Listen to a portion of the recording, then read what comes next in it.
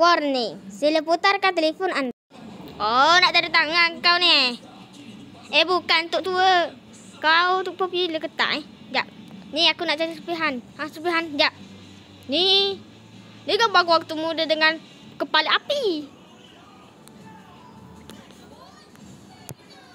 Bukan kami yang serang kapal terbang korang tu. Sebab serta kami tak boleh sampai ke atas langit tau. Sedap je makan makcik ni. Ya ke? Maaf ya kelabang. Ya ke?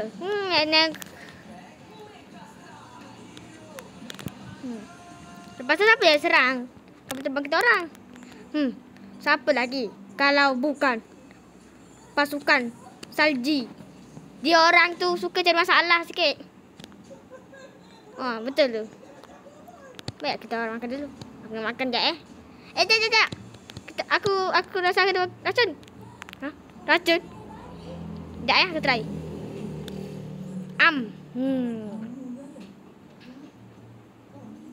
Okey, tak ada baik kau dah je. Boleh makan. Apa dia tengok? Minum je lah. Siapa jangan minum lagi? Aku nak try je Mungkin ada baygon.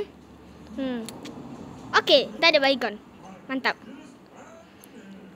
Maaf je, kami kena berjaga-jaga. Mungkin ada orang nak racunkan puteri. Dah, lepas tu kita orang macam mana? Korang boleh je makan. Korang tidak terlalu penting. Lah, macam tu pula. Betul tu. Korang tak penting dekat kerajaan ni. Dia ni pemerintah tau. Dia tak suka ambil duit rakyat. Betul tu. Kalau lain takutnya dia suka ambil duit rakyat ni. Si puak baro tu tak boleh dipercawikan tau.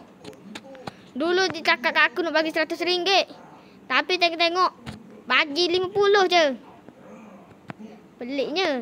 Tapi kita orang nak cari kepala api. Kepala api. Kenapa cari kepala api? Kenapa tak cari kepala ais? Cepat.